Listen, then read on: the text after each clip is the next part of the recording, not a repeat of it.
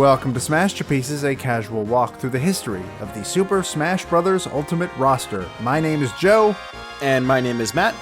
And if you're new here, what we are doing on this show is we are playing one game for every character in Super Smash Bros. Ultimate, from 1984's Duck Hunt to 2017's The Legend of Zelda: Breath of the Wild. And today's episode is the finale of our discussion on the game representing fighter number 61, the 1997 PlayStation game, Final Fantasy VII. The long journey is over. We made it.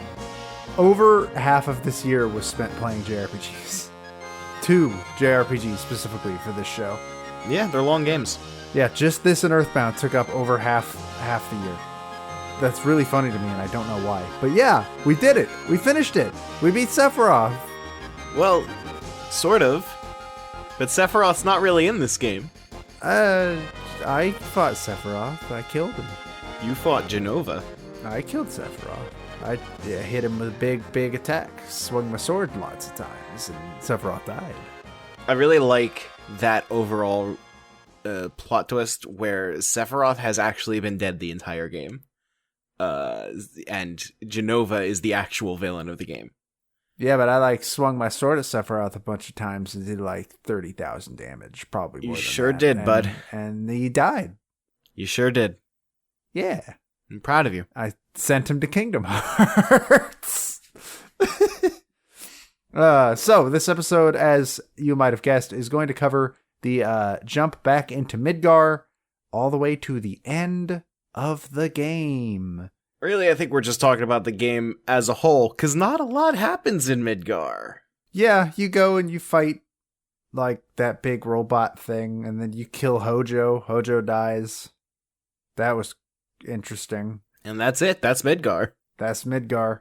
And then you go to the North Cavern to fight dear old Sephiroth. And then you do. And that's the game. So, yeah, I guess this is mostly going to be just general talk about the game. Because now we've got the full picture, basically, and we can just finish it up. So, overall, what did you think about Final Fantasy VII? I think that's where we should start, is just our general feelings. How do you now feel about Final Fantasy VII? It was pretty good. I am excited to want to play Remake more than I am excited about having played 7. I kind of don't like the combat in 7. The active time battle system is cool and all, but every battle I could pretty much win by just spamming the same attacks over and over. It never really felt like there was a lot of consequence to the combat, and I also don't really like how open-ended materia is. I don't like that all the characters are really just blank slates that you can do whatever with, because it makes it feel like none of the characters have their own real identity in gameplay. But that being said, I really liked the story. I liked it more than I expected to. I think that there's a lot of it that still holds up pretty well, even though the pacing's kind of bad. And I think that it's really easy to see how this game was so revolutionary as far as just technology and graphics at the time, because it's really unlike anything that ever existed before it. They blend the pre-rendered backgrounds into cinematic FMVs so well, and it's I would imagine that on a CRT in standard definition resolution, it's seamless. So it's really easy to see why this game was so revolutionary, and I liked it more than I kind of expected to, because I kind of expected it to just be well, yeah, this was pretty big back in the day, but it doesn't necessarily hold up, and I think it holds up pretty well, even if it doesn't hold up perfectly. That's roughly where I'm at, too. I kind of went in this expecting to either think it was, it's alright, or, not like it at all, because me and Square Enix style design circa 97 and before, probably circa 2000 and before, honestly. Actually, I've now discovered circa 2001 and before, probably more than that even. We don't get along, but I really, really enjoyed my time with Final Fantasy VII, and I think a big part of it is all of the quality of life additions to the like modern port. I think without ×3 speed, I would have had a much less good time. And like the power-up cheat, I could take it or leave it. We beat Earthbound without power-up cheats. Whatever, it's fine. It got us through it faster, and I thank it for that. I don't think the power-up cheat was like necessary for the port to be successful. Yeah, as much as I like it, I don't think it needed to be there necessarily, but I think ×3 speed, 100% thank God they put that in the game. Oh, yeah. And overall, I like most of the cast, except for, well, I like some of the cast. I like Barrett. I like Tifa. Aerith is fine, I guess. But then, and Red 13 I really like, because he got that really cool story moment that really turned me around on him. And then past that, I mean, I don't care about Sid.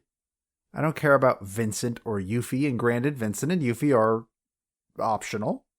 I think Yuffie was the funnier of the two optional party members, because Vincent just sort of said a line every once in a while, but that's it. But Yuffie would actually like do things and have gags and steal my materia and make me go through her stupid village. Kate Sith exists. He sure does. Don't you mean Ketshi? No. So that's the thing we learned in the last couple days, that Ketshi is an actual thing from Celtic mythology. Yeah, and that's how they pronounce it. And you said Dirge of Cerberus? Because you went looking into like a bunch of shit in preparation for this episode. So here's the thing. They don't pronounce it. I looked really hard. Okay. They never pronounce it in any voice acting. Well, every fan that I know of Final Fantasy pronounces it Kate Sith, so I'm going to assume, and I've never heard anybody correct it. They'll have to say it in Remake, so we'll get an answer either way. I don't agree with you that everyone says it Kate Sith, or that I've never seen it corrected. I've never heard anybody say it otherwise, and I've heard many people say that name. Well, the fact that it comes down to is that it is Ketshi. That's what, outside of Final Fantasy, that's what those words mean. Well, we're not outside of Final Fantasy, we're inside of Final Fantasy. Okay, well, inside of Final Fantasy, the katakana clearly says Ketshi. Katakana's not real. I'm in English, personally. But that actually serves as a great segue, I think, because you've been looking into the localization of this game, and I'm very excited to hear what you have learned. Yo, this localization was made by like one guy in 6 months with no communication with the dev team. Yeah. There's actually an entire video series that I'm in the midst of watching of it's done by Kotaku's Tim Rogers, where he's just going through the game side by side, the English version and the Japanese version, and going over every bit of the text and explaining like how some things didn't really translate well, and how like here and there's something that did, but on the whole they didn't. And like he says multiple times, it's like kind of a miracle that the game's translation is as good as it is. Because this is like, it was the rushiest rush job that there ever was under the worst possible circumstances. And the fact that it is physically impossible to get all of the dialogue that's being said into an English text box, because you can't make the text any longer than it was in Japanese. And the example that Tim Rogers gives in the video specifically is, you know, the word washing machine? That's about 15 letters in English. In Japanese, it's 3 because of kanji.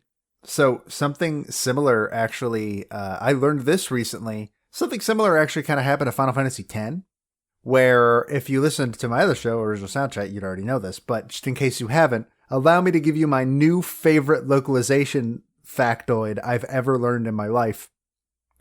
The voice acting in Final Fantasy X is a train wreck. And it's not because the actors are bad. Some things that you'll notice are like, at a certain point, whenever Yuna has to say yes, she won't just say yes. She'll say yes. They sped it up artificially, and it's because whenever they tried to put in a sound file that was longer than the original Japanese sound file, the entire game would crash. And they never fixed it. And so they had to make sure that all of the English dialogue was the same length as the Japanese dialogue. So they had to make sure the word yes was the same length as "Hey!" Or like when Titus really fast says, "I hate you."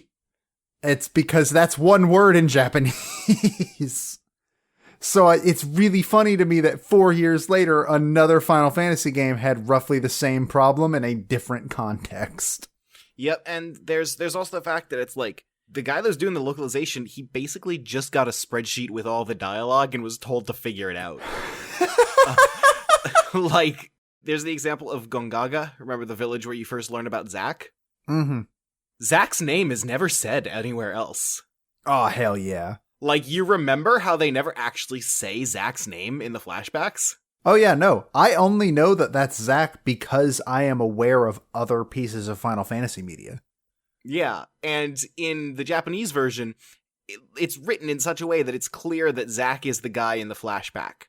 But in the English version, when you're just looking at the script, and the script is out of order on a spreadsheet, and the different lines from Gongaga may not even necessarily be next to each other, what are you gonna do? Oh no, that guy got handed a raw deal. He sure did. It's a thankless job. It's horrifying. So I think it's worth noting that Earthbound was also localized by one person, but I don't think any of these specific problems. I don't think they handed him a spreadsheet and were like, "Oh, get it done. Bye. You have 6 months." There's also just like all the famous typos, like "this guy are sick," which most of them were fixed in the PC version that the Switch port is based off of. That also explains, like, at the very beginning with the attack while its tail is up thing, how it's, like, split between two windows badly, and therefore, like, in a way, tricked a lot of players into thinking, "Oh, I gotta attack when its tail's up." Yeah, it's a mess. I'm really enjoying. I haven't finished these videos yet. I'm really enjoying them, and it's like, wow, there's a lot of nuance that just couldn't carry over. Partially because of just, like, it was physically impossible to fit all that into a text box, and partially because, like, how could the guy doing the job have possibly known? I find it really funny that this game is called Final Fantasy VII, by the way. To Americans, this might have as well have been Final Fantasy IV. And I'm curious to know if anybody's ever said why they just decided to give up on that and give it its real name in America. Because I don't remember, I believe we got Final Fantasy I, and then I think we got Final Fantasy IV, but it was titled Final Fantasy II, and then we got Final Fantasy VI, but it was titled Final Fantasy III in America, and then for some reason they just said, fuck it, it's Final Fantasy VII, this is the 7th game, we've tricked you. Here's what I want to bet. The Final Fantasy VII logo appears in-game in an FMV. And they probably just looked at that. They just looked at that and went, oh, shit. Oh, shit, that's probably exactly what it is. They couldn't change the FMVs. Oh, no, I never thought of that. That's really good. That's a good point. This game's localization was a disaster. It sounds like it's a miracle this game came out in America at all. Kind of is. The localization isn't great, and, like, ended up changing some plot details. Like, the whole sequence was like, is Cloud a Sephiroth clone, or was he just lying, or are they just making all this up to make him feel better? That's a lot clearer in Japanese. The English script forgets to mention that Cloud wasn't just rejected for Soldier outright. He went through the genetic experimentation that soldier members go through, and he has Genova cells within him, which suddenly things make a lot more sense knowing that. Yeah, that's That's really, really good. And there's also like the whole... We know now that it was supposed to be Aerith. I believe in the original... It's Eris in the original localization, right? Yes. That's what they called her. But she's... From what I am aware, her name is basically supposed to be Earth. Her name is Earth. It's Aerith. It's Air Earth. Air Earth. Oh, well, like that's her name. But the localization called it Eris and launched the stupidest debate in video games ever. Well, yeah, because there are still people that will defend despite her being named in other games that didn't have these localization problems. She's named Aerith in literally everything but the original localization. Literally everything. And there are still people who will die on the hill that her name is Eris. It's so dumb. Here's a fun fact. In Japanese, the character limit for the character names is shorter. It's 6 letters, I think, instead of the 9 letters that we have. So Red 13's name doesn't fit. So they created a Roman numeral 13 letter just for Red 13's name. So it's like in Pokemon where there's a PKMN that's just on the keyboard, even though you would never use it. And specifically, you can tell because it's when I think it's like when you battle like... Pokemon Trainer. Yeah, Pokemon Trainer, they couldn't fit that entire thing in the text box, so it's small PKMN Trainer. So it's something like that then. That's really interesting. There's a lot that didn't carry over properly. And there's a lot of character nuance that's lost in the localization. There are plot details that are more confusing. There's some entire lines of dialogue that just don't make sense. Including a part... do you remember when you're first like starting to get all of the parts for Cloud's dress? Yes. And like you're going into that one area and Cloud says, so that's how we'll trick them.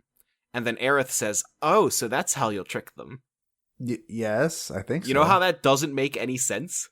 Yeah. That's because in Japanese, Cloud said, I think I know what we're going to do. And then Aerith says, so that's how you'll trick them. Okay. And what probably happened is just that like the translator just kind of lost focus because he had been awake for 100 straight hours and just accidentally copy pasted the same line. Beautiful. These stories are always fucking fascinating because like you look at the state of localization today and like sometimes we get some not great localizations, but for the most part, like most of these big publishers have it like on lock. Like localization now is a really weirdly well-oiled machine. But then you look back in the 90s and it's like, I mean, there was one dude in a cubicle and he had to translate all of Final Fantasy VII by himself. That would never happen today. That's bizarre. So the entire translation was handled by one Michael Basket. I salute you, sir. He's frankly a hero. I salute him. Super, super good. What's the name of this video series so people can look it up, so I can look it up even? It's called Let's Mosey. Alrighty. Isn't that what he says in North Cave? And everybody's like, hey, can't you say like something cool though? Yes. Can't you just say move out like a person? Yes. Let's Mosey, a slow translation of Final Fantasy VII. Because he spends the entire... the first 10-minute video is spent entirely on the first 3 lines of dialogue in the game. Beautiful. So, let's talk about the final boss. I want to talk about the final boss. Okay. Both forms of it. Both Bizarro Sephiroth, which... I think we're about to mention another localization thing, but continue. And Safer Sephiroth, which... Please tell me about that, because I assume that's what you're talking about. So, there is a thing in mythology, in the Kabbalah, I believe it is, which, obviously the name Sephiroth comes from the Sephiroth tree. There is something called Sephiroth. Oh no. This is an actual piece of mythology. Oh no. And I think Mr. Basket, when he was translating, saw Sephiroth and just said, okay, Safer Sephiroth, that works. Because the game was shipping tomorrow. This is one of the most famous final bosses of all time. Oh, that's so good. That's so good. But I want to make my main focus first on Bizarro Sephiroth, because hey, that fight sucks. It's confusing. I don't know the rules. It's not just that it's confusing, it's also that it's so slow. It takes so long to do anything. I would kill something, and then it would play the sound of it dying, and then it would just sit there for a full 15 seconds, and then tell me that it died, and then it would do an action, which would take this really... And this was on 3 times speed, might I add. Now, I looked at your VOD. I don't know what... Like, it took forever for me, too, but, like, it took longer for you. Yeah, I don't get it, and it was just like, alright, this fight needs to end now. I just looked at the Final Fantasy Wiki page for Bizarro Sephiroth, and they just have, like, the source code for how his AI works, just sitting here. Perfect. That's odd. Also, in Japanese, its name is Rebirth Sephiroth. That sounds a little more easy to take seriously. I don't know how to get from point A to point B on that one. I also am not sure how Rebirth Sephiroth turned into Superman villain Sephiroth, but alright. But like, just the whole thing with he's got multiple parts that you have to kill, and his head kept coming back to life, and bringing in, I think it's cool that you can bring in 3 other party members, but both of us had a thing where it's like, I didn't train up 3 other party members, because that's not how JRPGs work. I just checked, by the way. Sefer is Hebrew for book. So the phrase Sefer Sephiroth in Hebrew, which I probably don't know how to pronounce even a little, would translate to the Book of Numerations, which of course is the 10 Kabbalistic Sephiroth. It could also be interpreted as the final boss being the Book of Sephiroth, which sounds pretty fucking cool. I guess. Yeah. I could see that. Anything's better than Safer Sephiroth. Like, I don't know, Bizarro Sephiroth sucks. That was a really, really bad final boss. Like, the first phase of the final boss, I mean. It for sure could have been better. I think the 2 parties thing is cool, but I don't actually understand how to fight Bizarro Sephiroth. Just straight up. You know what would have made the 2 parties thing a lot cooler? What? I know why it's not like this in 7. I get it. It's technological limitations, I assume. But in Final Fantasy X, which, by the way, fascinating experience to play 10 and 7 at the same time. Like, absolutely fascinating, because I was able to look at, like, all right, within this 4-year span of time, like, what did they improve? What did they get worse at somehow? Like, what did they get better at? What stayed roughly the same? And it was just really, really interesting. And in Final Fantasy X, I've mentioned this on one of the episodes before, you can switch party members out at any time and it doesn't waste a turn. And so it's really easy to basically keep your entire party at roughly the same level. And so in a game like that, where you're encouraged to be switching party members all the time, I think the second party would work a lot better. But in a game like this, you're kind of, whether they mean to or not, you're kind of encouraged to, like, pick 3 people, and that's your party. You stick with them. And so it's very likely you're going to get to Bizarro Sephiroth, and, like, yeah, your party members, they level up, like, off to the side, but not nearly as fast as the ones that are in your party. And they also don't get limit level ups.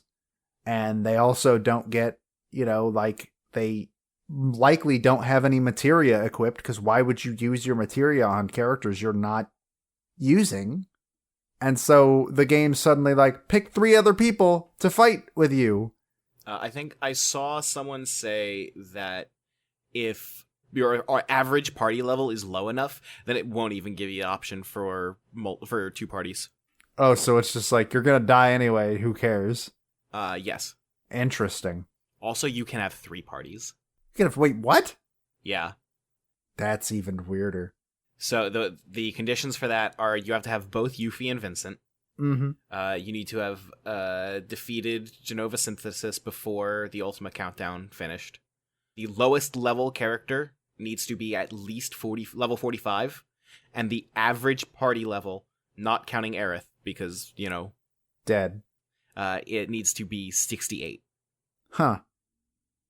So I was kind of close to that, except I don't think I beat Genova before the Ultima Countdown. Interesting. Is your average party level 68? It was 65. No. Your mathematical average needs to be 68. I have no idea. So basically, that's for people who went out and beat the weapons. Yeah. I guess, that's a pretty interesting reward for grinding enough to go beat the weapons, because, I mean... You get the most difficult version of that boss. Yeah. So, yeah. That's Bizarro Sephiroth. So, alright. Say for Sephiroth, because, hey, if that's what the localization calls him, that's what his name is now, until the remake tells me differently, which, God willing, it will after the heat death of the universe. You've already said Aerith. Well, yeah, that's been in other games. Say for Sephiroth hasn't been. It has, actually. I just don't think it's ever been localized. Because I've always known it as Say for Sephiroth. It's in Theatrhythm. Yeah, but I'm pretty sure it's called Say for Sephiroth in Theatrhythm. I know, I hate it. I assume remake will probably mess with that a bit.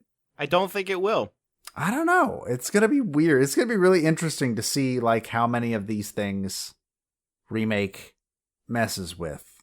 I really hope that remake is not afraid to kill the sacred cow. My greatest fear is that remake is going to keep things just for the sake of it was like that before. So I think in Safer Sephiroth's case, that might be the case, because I think you're right. I think they might keep it only because that's become, for better or for worse, has become an iconic part of this game.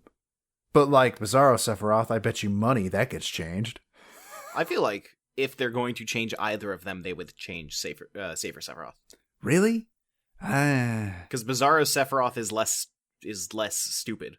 I mean, I agree, but Safer Sephiroth's the one that became well known around Final Fantasy fans, because he's the final boss. I don't know. We'll have to see in 30 years when the final part of Final Fantasy VII Remake comes out, and we've all died from the ice caps melting. Just please, Square Enix, don't be afraid to kill that sacred cow. They will be. Safer Sephiroth. I killed him too fast because I was cheating, and actually looking back at it, I kind of regret that a little bit. I'm glad I got through it. I honestly don't think I would have had to, all things considered. Honestly, the limit spam trivializes it because you do so much damage. Yeah, and I kind of regret using the limit spam. I think if I did it again, I would probably just fight him like normal until it looked like, oh, I'm definitely not winning this fight. Well, time to kill God. And that's basically how that would go. But that means that I missed a very important thing that you have told me not to watch until we were recording live. Yes, I would like you to watch Supernova right now live, because he hit me with Supernova twice. I killed him too quick for him to use Supernova. First observation, this video is 2 minutes long. Let me know when you hit play. So I already have. I've been going for 20 seconds. There are mathematical equations. All right. There's a meteor. Here it comes. It's coming into the Milky Way, I guess. Or a spiral galaxy. I guess I can't say it's the Milky Way for sure. There's Pluto. There goes Pluto. There's Saturn. There goes Saturn. No, there goes the ring around Saturn, I guess. I don't know. Hi, Jupiter. Goodbye, Jupiter. Now you're a donut. It's a gas giant. That's true. There's nothing solid there for it to hit. Is it the sun? Did it go into the sun? Does this attack him blowing up the sun? It's called Supernova. I mean, yeah, I guess, but it skipped a few planets. There goes Mercury. All right, we're getting back to it. Venus, like it deserves. Turning into that meme that spread when Infinity War came out.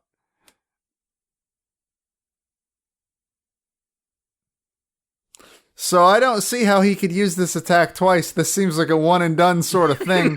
Because the planet's gone now. The planet that you are actively standing on. How is this going to look in Remake? What the hell? How much damage did that do? A lot.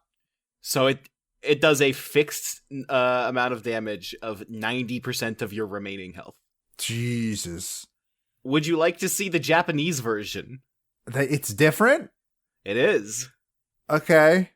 And then you know what? While we're doing this, I think we should look up and watch one thing that we didn't get to see. What's that? Well, I'll mention after I've watched this video that is a good deal shorter. What the hell? It's 27 seconds long! Why would we get the longer version? Because it's better. Why did we make a new FMV? So I'm going to need us to look up Knights of the Round. Oh, I've seen it. It's actually kind of boring. Well, we didn't get Knights of the Round, everybody. Because fuck that. That is built through chocobo breeding and racing, and I don't want to do that. It's not fun. So no. So here's the thing about Supernova. They have to have the 2-minute version in Remake, right? They better. But they won't, because it's not in the Japanese version. Well, it's also not a turn-based game anymore, so it would kind of suck if it was like, oh, I guess I'll put my controller down for 2 minutes. Hold up, Sephiroth appears in World of Final Fantasy, and he uses Supernova, and it has the mathematical equations. Yeah! They don't go through the whole 2-minute thing, but English Supernova is canon, baby. Perfect. Beautiful. They've got to do the entire thing, right? They better. We'll know again in 40 years when Final Fantasy VII Remake Final Part comes out. Here's Knights of the Round if you want to watch it. It's kind of boring. I think I just want to see how long it is. How long is this animation? That's 1.5 minutes long. Jesus Christ. All right. So I am working on a video for Nintendo World Report right now, and my roommate Ben, who was on the Super Mario World episode, he recorded a piece of footage of Final Fantasy IX for me, and during that footage, he performed a summon, and I was like, I only need 5 seconds of footage, man. If you're doing a summon, we're not even going to get, like, half the summon. And he was like, oh, no. And then he did it, and it was over within, like, the time it took me to say that sentence. Sick. They learned somehow. So, yeah, that's Final Fantasy VII. What did you think of... So I already knew that Cloud used Omni Slash during that final sequence, which is the main reason why I was not worried about getting Omni Slash at all, because I knew we were going to see it anyways. What do you think of that part? I think that part's kind of cool. It's pretty alright. I don't understand how it makes sense in the canon of it's not Sephiroth, it's Jenova. Because in Cloud's brain, getting rid of Sephiroth. But Sephiroth's not in Cloud's brain. He did the Omni Slash many times. I think that part is mainly catharsis, and also because I feel like they knew that, because you get Omni Slash there regardless of what your limit level was. You get to do Omni Slash no matter what.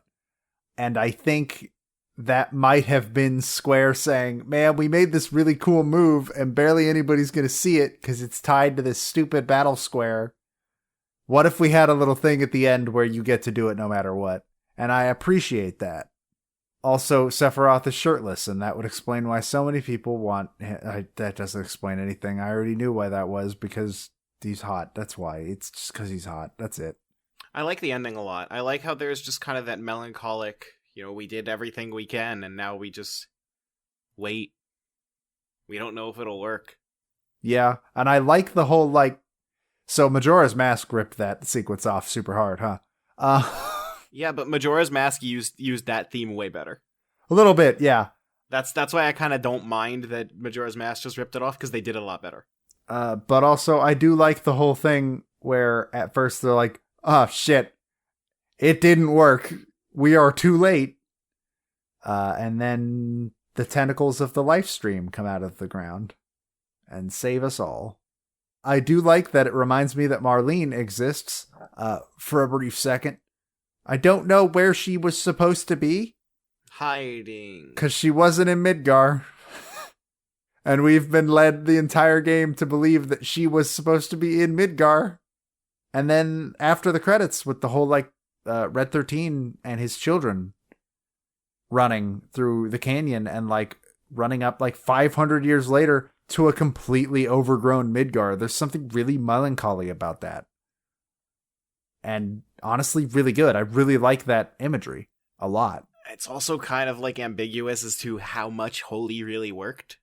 Because they did say that, like, Holy, the way that it would work was it would remove the threats to the planet. And are humans threats? Well, we already canonically know. I don't care about Advent Children. No, it's canon. You have to. I ain't never read none of those Final Fantasy books, and I ain't about to start. Advent Children is canon. You can't ignore it. Okay, but Advent Children didn't exist when this game came out, and they weren't planning on it. So it's an ending that has, like, this emotional tone of it's kind of up to you whether Holy worked or not. And I like that. That's a good tone to leave it on that fits with the we don't know if this is going to work feeling. Yeah, I could see that. Because at the end of the day, the planet was protected. Mm-hmm. The planet was saved, which was a major theme of the quest. To end this all off, I want to do two things. First of all, you thought I forgot, you listener. I didn't forget. Hey, yo, One Winged Angel is great. I like that song a lot. I think it gets a lot better with orchestration, which we have gotten out the wazoo since this game came out. But, like, One Winged Angel is great.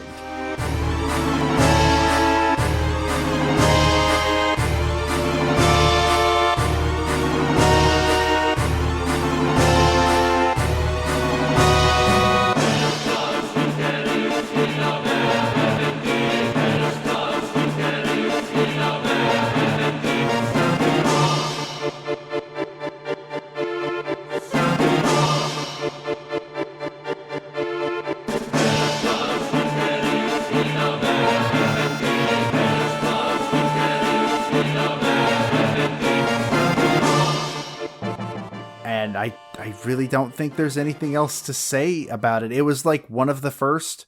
Is it our first experience with a song that has vocals in it? I can't think of another one. I mean, Smiles and Tears, technically. Technically, but I'm not going to count that. This is like actual vote. Like those weren't midis. That is a real choir. Yeah, no, I'm not sure. Maybe I think this is the first one. I'm pretty sure. And so that's one of the big reasons why this song was so, like, Uematsu thinks like, yeah, no, I think One Winged Angel is good, but I don't get why that's the one that became super, super popular. He likes Dancing Mad a little bit better, I guess. Which is the final boss theme from 6, which is another very famous Final Fantasy final boss theme. But I think it's in 1997, starting that fight, and then suddenly, like, real ass vocals come in. It's just like, holy shit, this is the future of video games. Mm-hmm. Because that just didn't happen very often up to this point. And the PS2 got a bunch of, like, the PlayStation 1 got some. I believe there's a vocal piece to end Symphony of the Night. That's the main one that comes to mind. And then obviously the PS2 would bring in a lot more vocals even after that. But yeah, this was new. This was revolutionary. It was awesome. And I still think this song, like, holds up today. And I cannot wait to hear this song in remake. in 70 years. It's pretty good, and if you're wondering what the lyrics say, the answer is not a lot. Because they're actual words, aren't they? It's just... Yes, it's actual Latin chanting. And it just translates to you, burning inside with violent anger, burning inside with violent anger, burning, Sephiroth. Sure does. A monstrous fate and insignificance. A monstrous fate and insignificance. Burning inside with violent anger, Sephiroth. But yeah, I like that song. I like that song a lot. And that's like the song from this game. And I'm still kind of angry that it's not in Smash. Like, to this day, still very upset. We know whose fault that is. Yeah, Square, Nintendo, whoever licensed it for some fucking commercial somewhere. Well, I think to actually end it off, I asked on Twitter what people like, how they feel about Final Fantasy VII, and if they have anything they wanted to say about it. So to wrap it off real quick. You asked like today. I asked like today because I didn't know. It wasn't clear whether or not we were going to record tonight or not. And I didn't have the idea until today. I'll try to be a little bit more proactive with that. But because this is something I think I'd like to do for, probably not for the next game, because who the fuck's going to have nostalgic memories about Game & Watch Gallery? But I don't know. I did get 2 responses. One being from DVD Smith, who is a friend of the show and a real nice guy, been with us since the beginning. He said that he played it for the first time this year on Switch, just like us, and then the following Friday just ended up at the Distant Worlds concert, where they were playing a full hour of live orchestral Final Fantasy VII music. Sick. And he says he didn't even plan on going to that concert. That was not planned. It's just he mentioned it to some friends of his that he had finished his first Final Fantasy game, because like us, this was his first one. And they were like, oh, you should come to this concert with us. And he did. And so I want to see that concert really badly. That concert sounds great. And then our friend DQP also responded, saying that it had been a game that had been on his bucket list for a while, since like high school, according to him. And he just really found it interesting how it was a narrative, as he puts it, a long narrative of environmentalism. And he also mentions that final little view of the game of the overgrown Midgar 500 years later, and how it sort of struck a chord with him and was very powerful. And so, yeah. Thank you for those responses. Again, I will try to be a little bit more proactive than the day of to get these questions answered. And with that, I don't really have anything else to say about Final Fantasy VII. We did it. We did it. We don't have another JRPG for 25 more games. 26 more games, actually, because while I don't know where, but King of Fighters will show up in there at some point as well. And we also did it before the end of the year. So we're entering 2020, going from our longest game yet to one of our shortest games yet. Maybe the shortest game, depending on how you want to count Duck Hunt, which technically doesn't have an ending. I mean, technically neither does this game. That's true. I think they're going to be of comparable length if I had to make a prediction. But our next game is representing fighter number 26. It is the 1997 Game Boy game, Game & Watch Gallery. So yeah, we're going from giant JRPG to collection of Game & Watch games.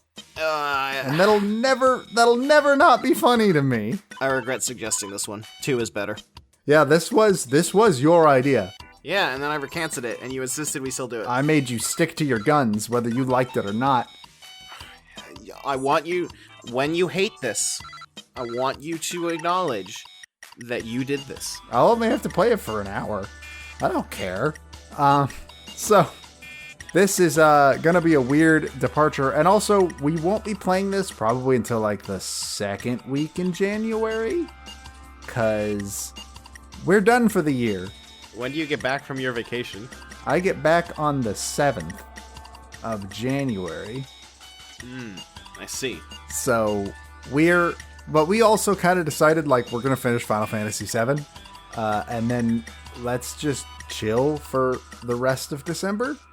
I mean, again, you're about to go on vacation. It's not like we can do anything else. Yeah, we're about to go on vacation, or I'm about to go on vacation. You don't get to come. As much as I've tried. No, you haven't. In my heart, I have. And so it just made sense to sort of say like, all right, we did it. We're just going to chill.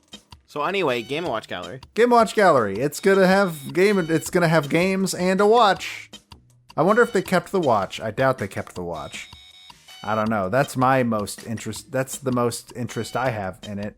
I don't know how to talk about this game. Game & Watch is 2 verbs. I mean, yes, but I thought it was also a watch. No. Doesn't it tell the time? It has an alarm. Have I misunderstood what the watch in Game & Watch means all this time? I have understood it to be 2 verbs. I understood it to be it's a game, like a gaming handheld, and then it also has a time-telling thing built in. Who cares? It kind of sucks. I mean, yeah, it was basically a glorified calculator. It was a calculator that couldn't do math, could only run octopus. Flag man. Sausages. Judge. Ball. Game & Watch was stupid, and I can't wait. Game & Watch Gallery 2 legit has a better collection. I'm sure it does. I believe you. Anyways. Why are you so committed to making worse content and having less fun? Well, I have a myriad of reasons, but we don't have time to get into them on the show. I don't have anything else to say about Game & Watch Gallery. It's going to be a collection of minigames. It's going to be a very chill start to the year. And then we're going to jump back into more of the real shit. Which, some of these games, I've played all of the games coming up after Game & Watch Gallery. Even the one right after it, even though I've only played about maybe 10 minutes of it. I'm really looking forward to this next stretch of games. I think they're going to be a lot of fun. I think 2020 is going to be a very fun year for Smashterpieces because we won't get stuck in JRPG hell. If you did a bunch of like math and estimations, that I think will probably end up being relatively right. And if those do come to pass, like we're not hitting another JRPG for the entirety of 2020. Sick. And you know what? That sounds real nice to me. I need a break. The longest game that we've got coming up is going to be Ocarina of Time, which is going to take a while, but also isn't a JRPG. Yeah. It isn't a JRPG immediately followed by a JRPG. There were 2 games right in between these two. It's a JRPG immediately followed by Donkey Kong 64. And I'm excited for that. Oh, yeah.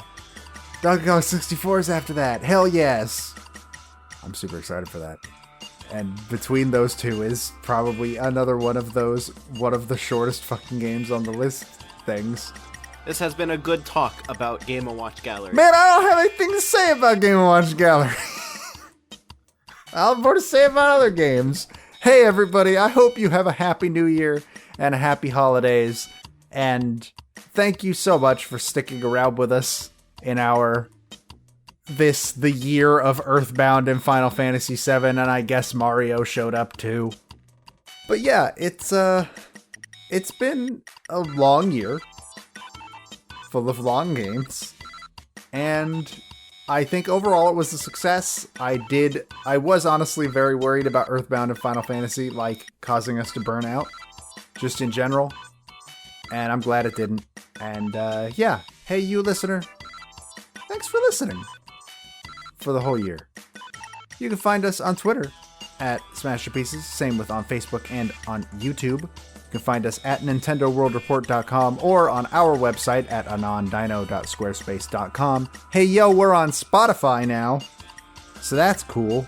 Easier than ever to hear my hot takes on Earthbound. Yeah, and also, like, Spotify lets us give all of the episodes unique album art, which other podcatchers don't let us do.